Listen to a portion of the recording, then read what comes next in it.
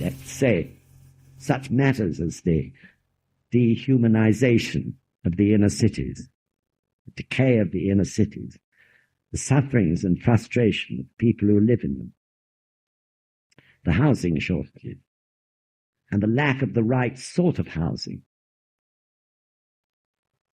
transportation, heavier and heavier vehicles, belching out more and more poison, unemployment, and many, many other problems. So the cities, Toynbee points out, are the creation, of course, of us as human beings. But as he describes them, they are voracious. They attracted, from the time of the Industrial Revolution onwards, more and more people. Before that, most of the people in this country were self-supporting. They lived on small holdings and farms, and they could feed their families, and there was a bit over, which usually in the form of barter they passed on to the lord of the manor who sold it to someone else, and so on. But basically it was a self-supporting thing. Families supported themselves in an agricultural, rural society. But then the Industrial Revolution began, and this sort of magnet again of money and of, no doubt, the greed of the producers, the factory owners, and so on. They enticed people in from the country. They needed the labor.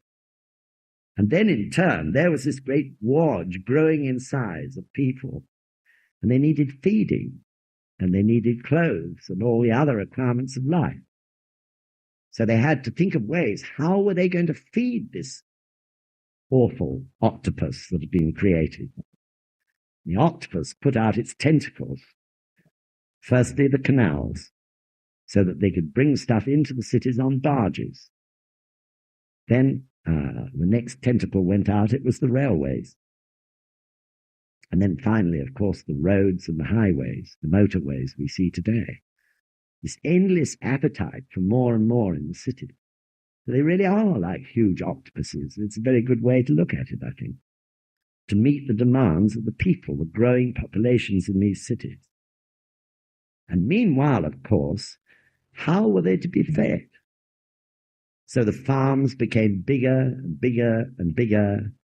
Small farms, tenant farmers were swallowed up by big capitalist farmers, right? Who had the capital to buy huge automated equipment of various sorts and to fill their storehouses with chemicals and fertilizers and all the rest of it, to give us, to supply these octopuses and their huge, voracious mouths, which I think octopuses have, don't they, with food in endless supply. So for the past 20 years, we have lived on mass-produced food, mixed up with all sorts of chemicals and horrible processes, such as battery hen. We've had to eat miserable-looking eggs with yolks a pale sort of beige color, bread like flannel, chickens like blotting paper. I mean, maybe some people have forgotten what a real chicken looks like, or rather tastes like. I think so. We've forgotten what a real turkey tastes like. We've forgotten what an egg with a rich, great, golden, thick yolk is like. That is what things were like when I was a boy, because there was no mass production in the farming. It's gone, and as a result, we're eating all this unhealthy, insipid, anemic food, which is a terrible thing, and of course is and must be affecting the health of the people everywhere. This is because the farms grew. It's because in the cities, and most of us probably city dwellers actually here, not all of us, some of us, because they needed the food. And the farms responded in that way, which was the quickest way. But I'm sure, it's done great damage. So my children, I'm happy to say, I grew their food when they were at the tender of age of 0 to about 8 or 9. I grew their food. fortunately, I had enough bit of land to do it. My whole weekends were spent with my mechanical, I forgot what they call them, plough, tilling the soil, digging, cultivating. They had all fruit, food, we kept chickens, everything for them. And they've always been healthy. And I'm sure it's a lot to do with that. And do you know what drove me to do it? My eldest daughter became ill.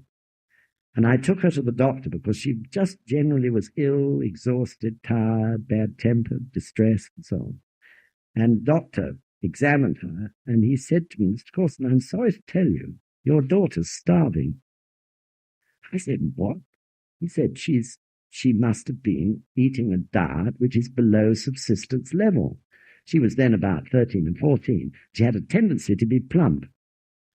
And she was at boarding school at that time. And I discovered then that for a whole term and more, she'd lived on lettuce. She hadn't eaten anything else except lettuce, apparently. That was her diet. And as a result of that, of course, she'd become slimmer, but she was actually starving. So I really thought from that time onwards, I must never allow this to happen again. And I started my farm. And I enjoyed it too. But they really, they're healthy to this day, incredibly healthy. And I'm sure it's to do with that foundation of good, natural food. Don't you agree? Sorry to blow my own trumpet.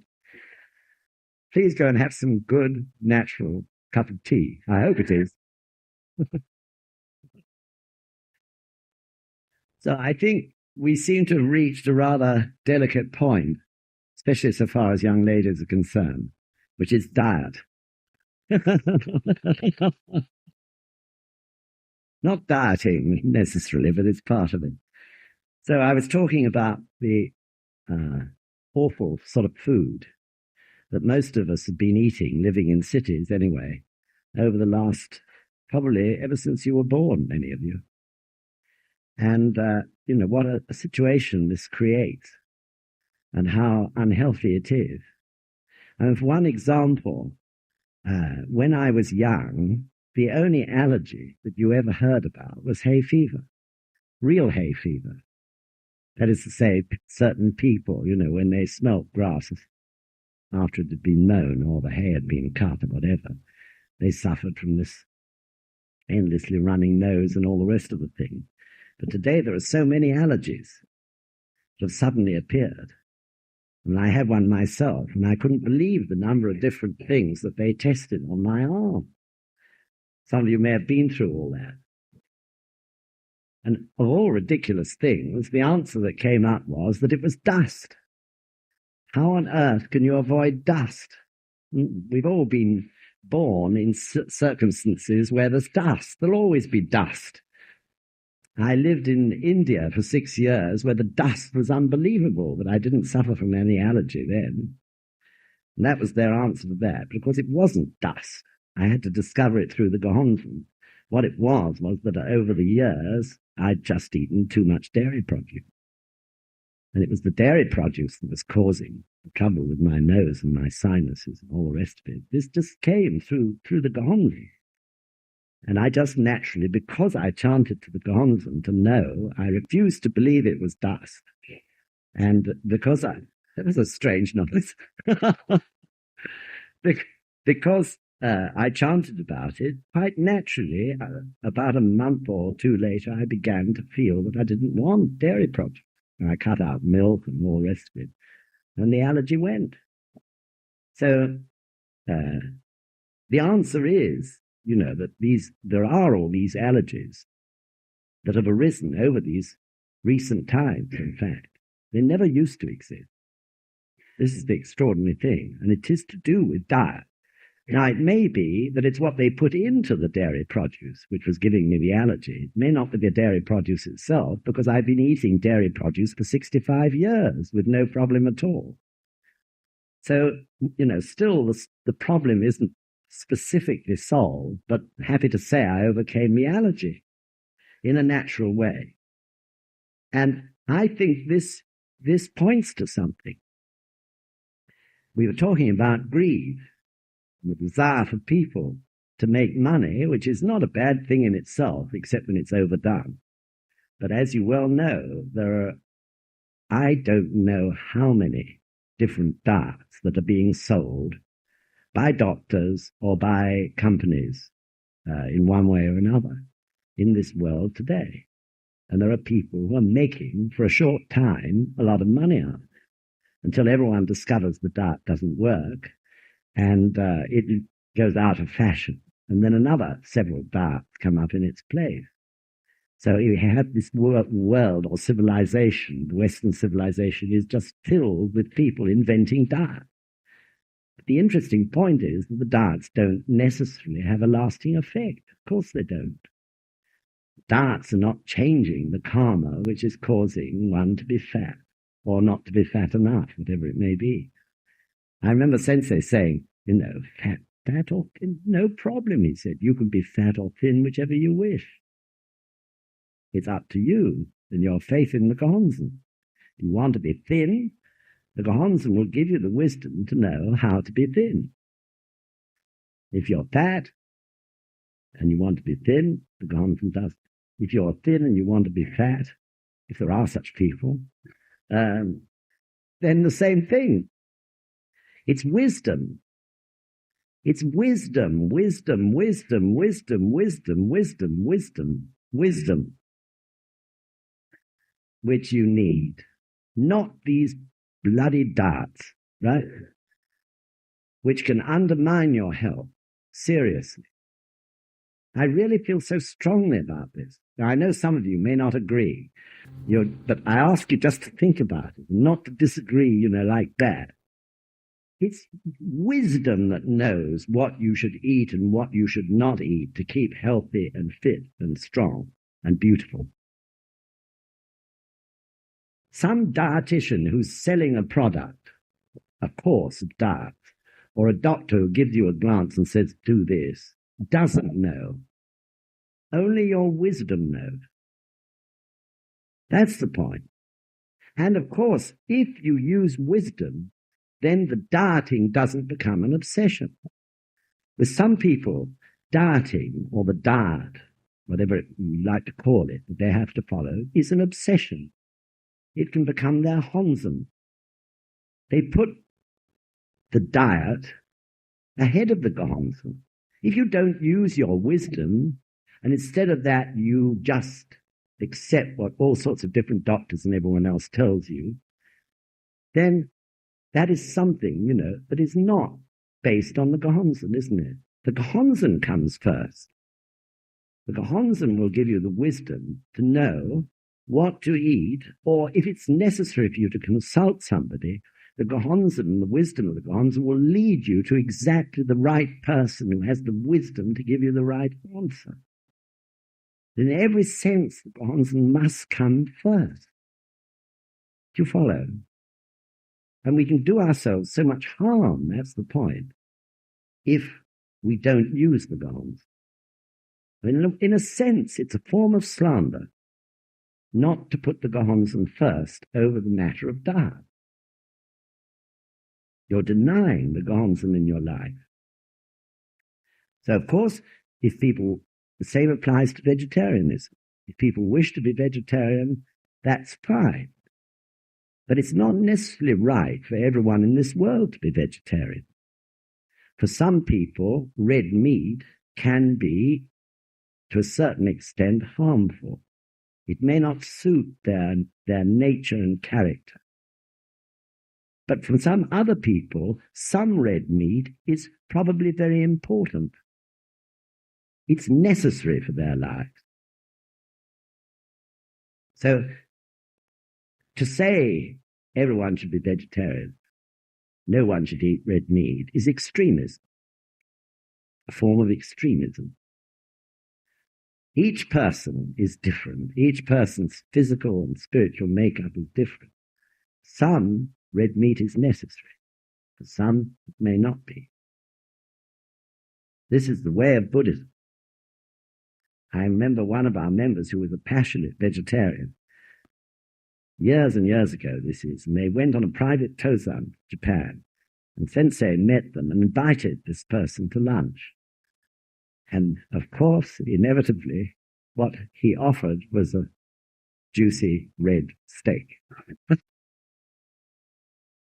And this lady wondered what on earth to do, and in the end she ate it. And she said she really rather enjoyed it. Though I think she's still a vegetarian. But there can be extremism in that way. It's not a sin to eat meat. It's not slander to eat meat. It is not slander to eat a fish. It's not slander to eat a plant, which is also a living thing. That is the function of these things. Their mission in life, in terms of supporting the planet as a whole, is to provide meat or provide fish, provide food that is in the form of a plant or wheat or corn or whatever it may be. That is the natural function. Just as bees are eaten by birds, this is the function of the universe, for one form of organism to support another. So in Nichiren Buddhism, this is made very clear. I think there is a growing understanding of this, and I think there is a growing understanding, and I'm sure you'd agree, about the fact that we've got to produce better quality food, isn't there? One sees all sorts of shops beginning to open up over the last few years, proper fishmongers with real fresh, wet-looking fish lying about on the slab, and proper bakeries that are not producing bread like wet flannel, and so on. This is great, wonderful movement. Maybe some of you are earning your living that way. But the more people to open up such shops, the better, to give people a proper choice, isn't it? And to make their own decisions, basically. And in that sense, I think small is beautiful.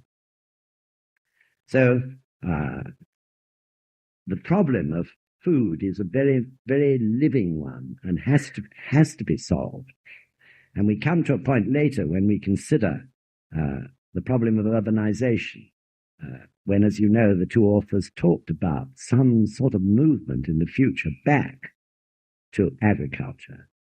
Happily, too, over the last few years, there has been a growing movement for farms to become organic farming as opposed to chemical fertilized farming and huge machinery and equipment, that sort of thing, the big farms I was talking about earlier.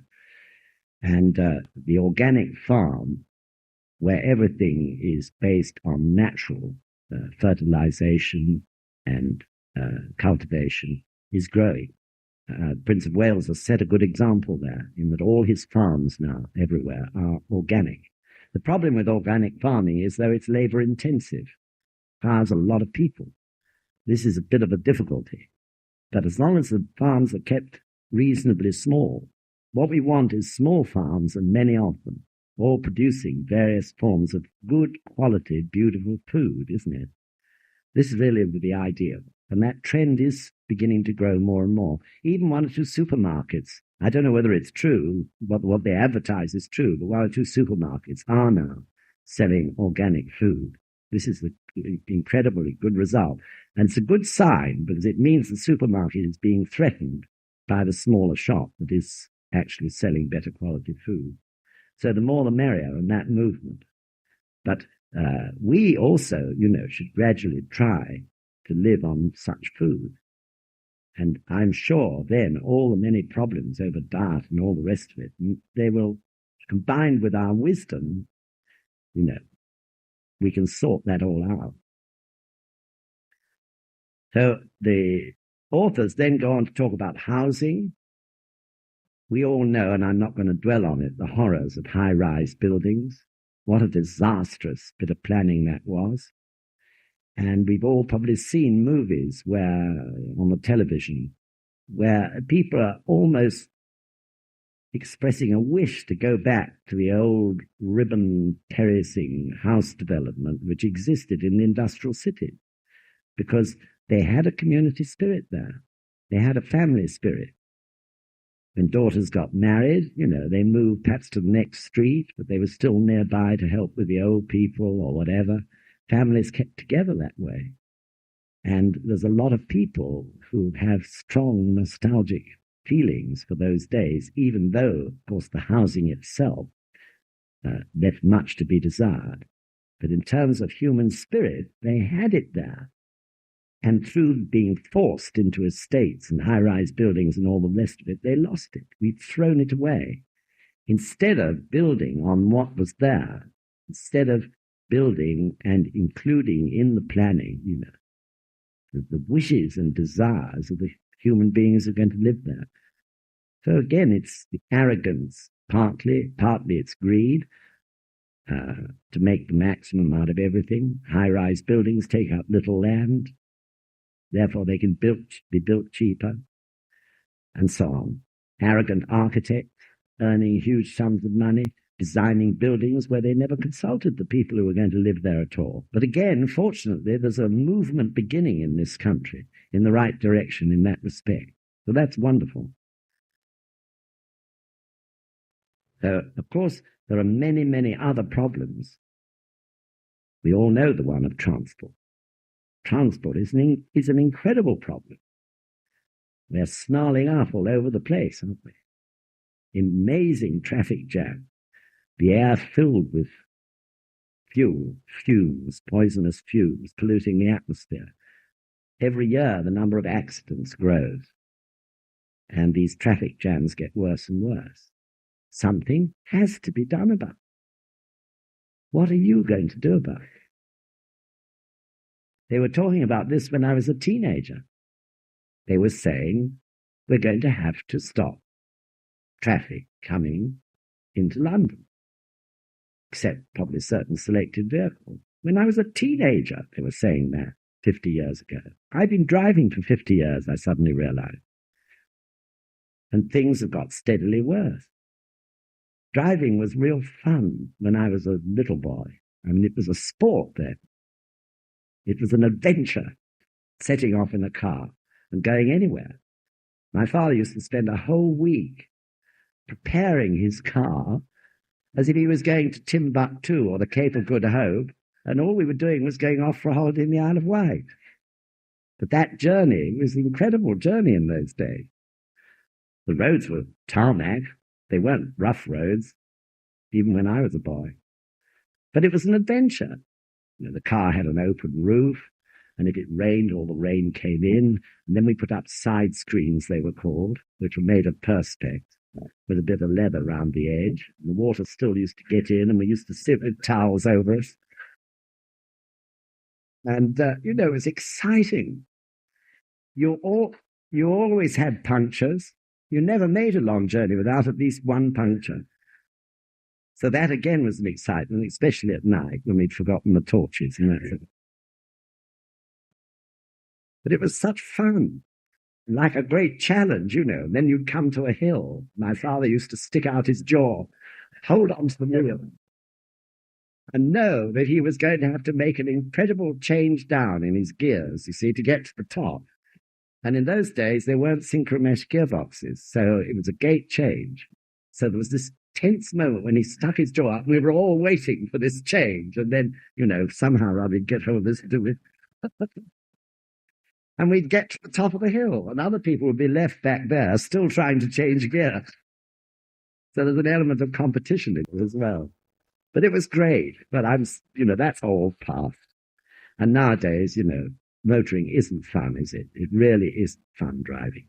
I really don't think so. It's just a chore. I quite like driving, but it's a chore, really, because of this awful business of traffic and the dullness of it all. So I just read, just only a few days ago, I think it was in the Times, a report that 100 years ago, they were getting worried, believe it or not, about traffic jams 100 years ago in London.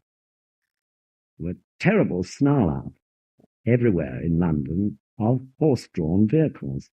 It's hard to believe, isn't it?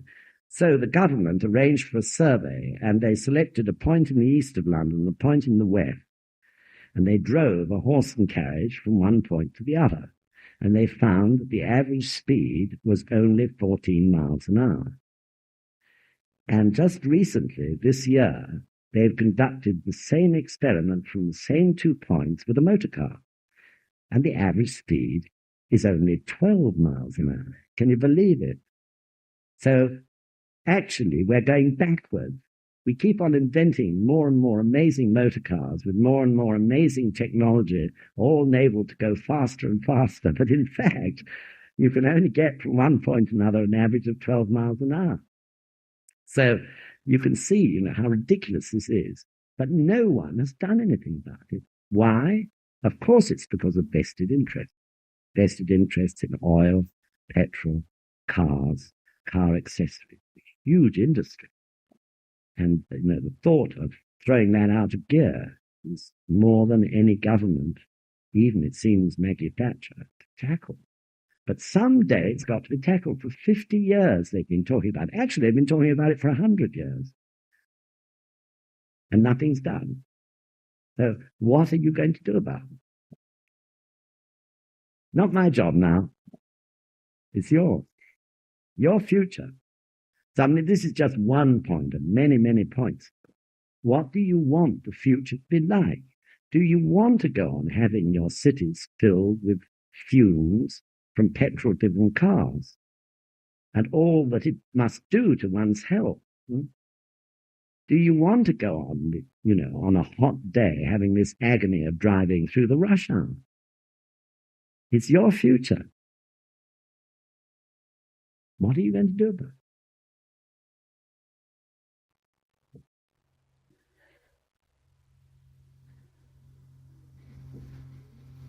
And maybe, I don't know, there are of course the solutions, but the thing is, are you prepared to go on living in this way like my stupid generation has lived?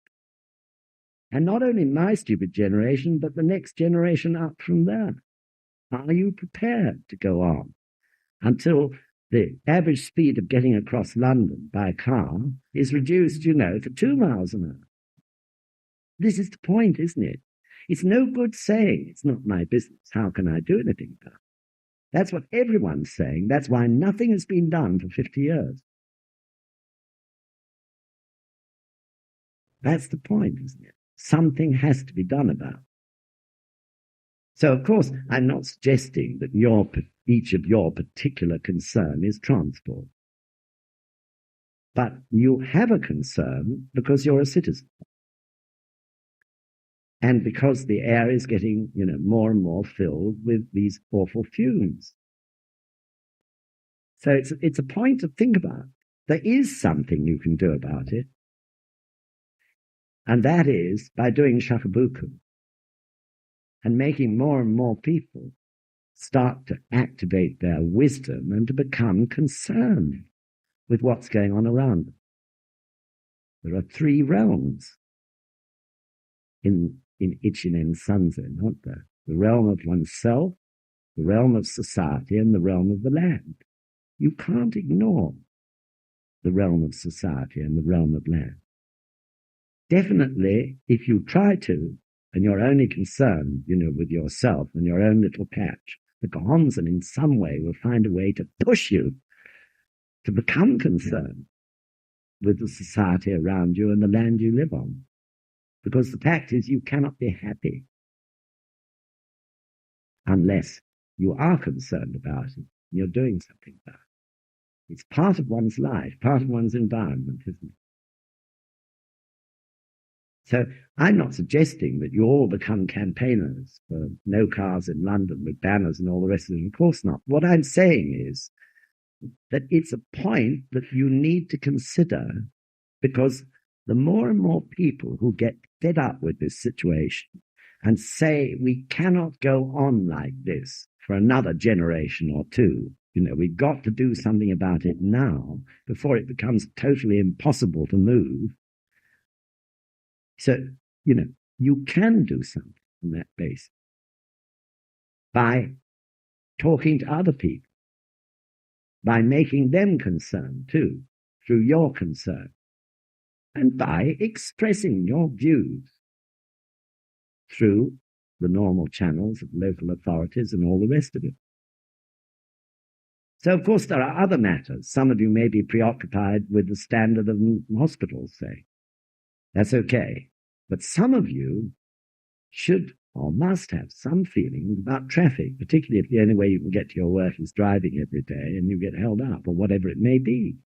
Another person may have their child run over or damaged, or an old person, a member of the family or something rather maimed for the rest of their lives, you know.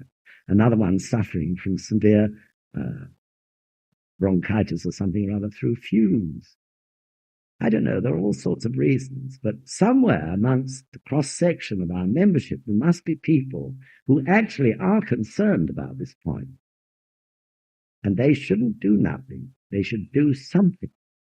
Because the voice of the people is actually, in the end, irresistible to the politician. They cannot ignore it. And that's why Sensei is talking about this human movement that I mentioned earlier. Challenge this problem of the environment through more and more human beings expressing their views strongly. And in the end, the specialists and the professors and the scientists and the statesmen and the parliamentarians, you know, are going to have to listen. But they won't do anything unless the voice of the people becomes stronger. That's the truth of it. So I'm sure we're going to see more and more this movement unfolding in the future, of people who are having the courage of their own conviction to stand up and make a fuss, and of course find themselves supported by others for whom that particular point or aspect is important. So I'm sure that will come. Someday we'll see it happen. So much so that I was just mentioning to the young men, I really feel maybe since this matter of the environment, in a way, it's more insidious than the matter of war. The matter of war is so pressing and so obvious, so long as particularly the nuclear weapon situation exists, isn't it? That threat of a mistake and someone hitting the button, you know, it's somehow urgent and pressing. But the destruction of the environment is much more insidious, don't you think? It's going on all the time. It's always been going on since you were born. And it's very easy just to let it go on because it seems too big, doesn't it? But if you think even about SGI, you know, in all the countries of the world, people feeling the same feelings as you're feeling, with the power of the gods, actually being able to do something about it in terms of expressing one's feelings as a human being and one's concern for the future. So I can't help feeling, as I said to the young men, that maybe, you know, we could celebrate 1990 with another form of equivalent to what we call the World Peace Exposition in 1983.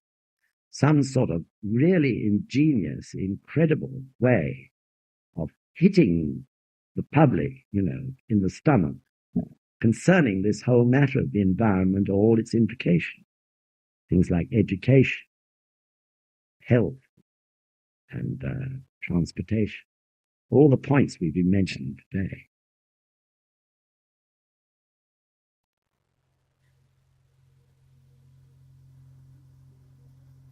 No, there isn't.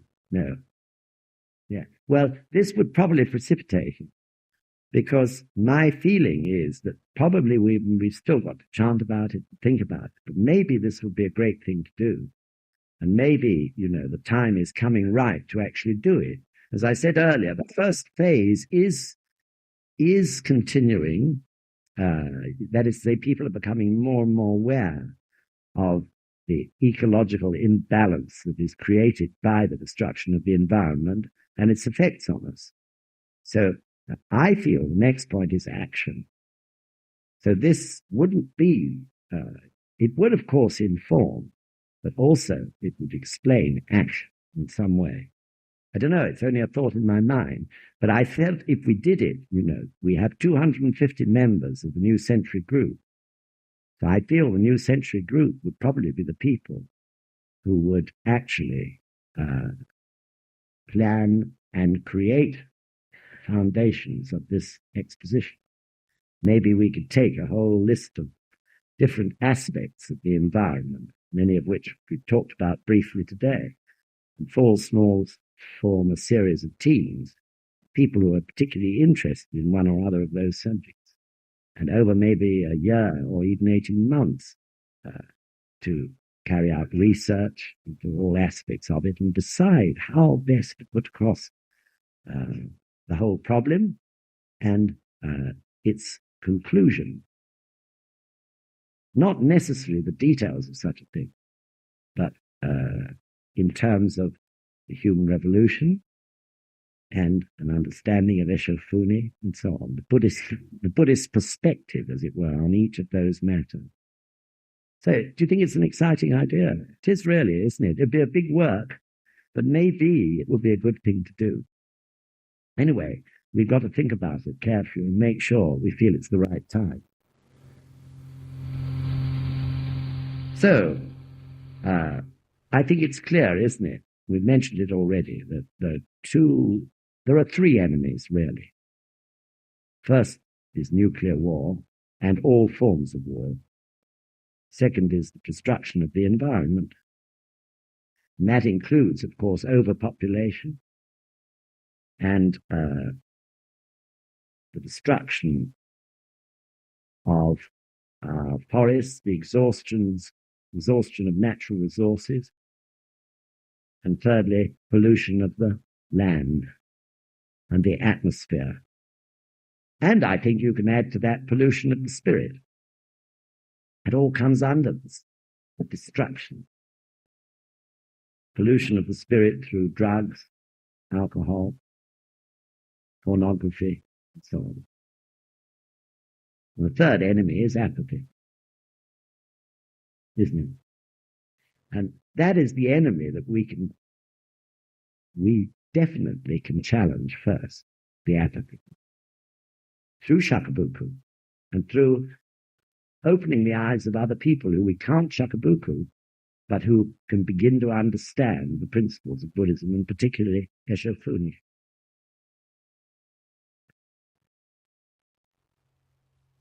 The Toynbee said, if these evils were caused by forces beyond human control, resignation and submission might be the only course open to us.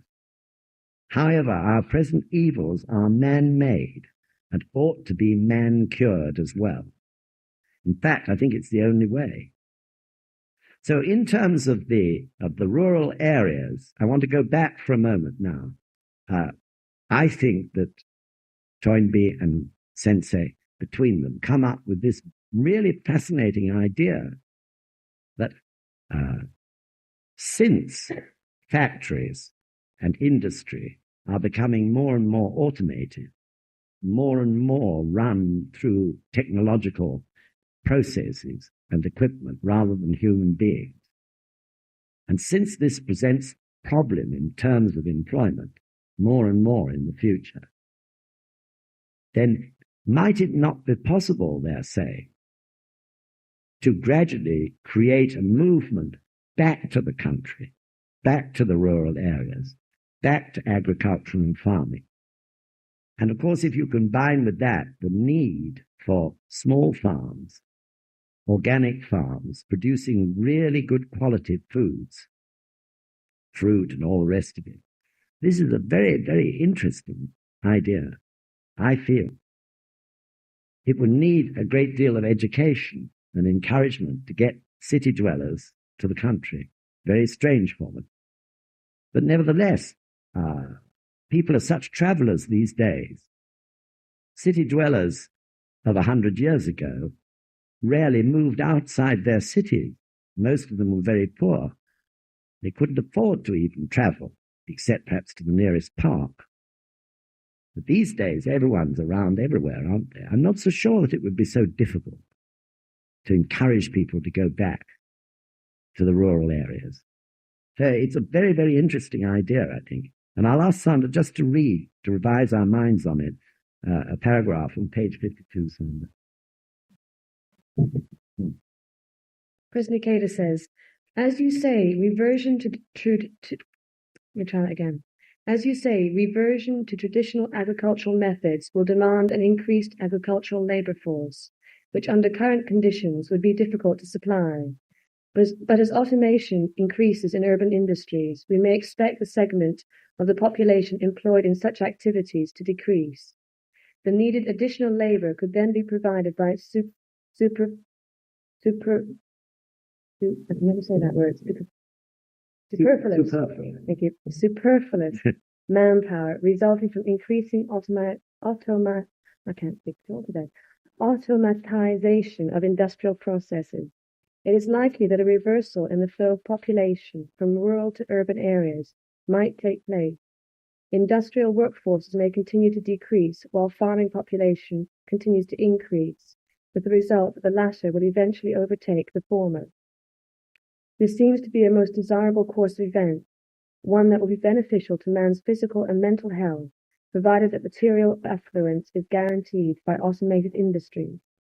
It is only to be expected that attempts to use little or no chemical fertilizers or insecticides will encounter fierce resistance from chemical enterprises with immense influence in contemporary industrial society. In order to overcome such opposition, it will be necessary to reform the awareness of the masses of the people and to organize an extensive social movement. The current of human culture must now be rechanneled in a new direction. In modern society, the industrial community has always been the exclusive basis of culture. This basis must now revert to the agricultural community.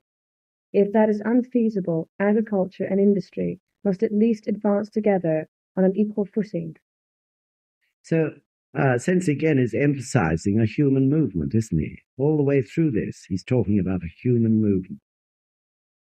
It has to be, because the vested interests in the way things are at the moment, in the big conglomerates and great companies, their vested interest in research and technology and equipment and all the rest of it is immense.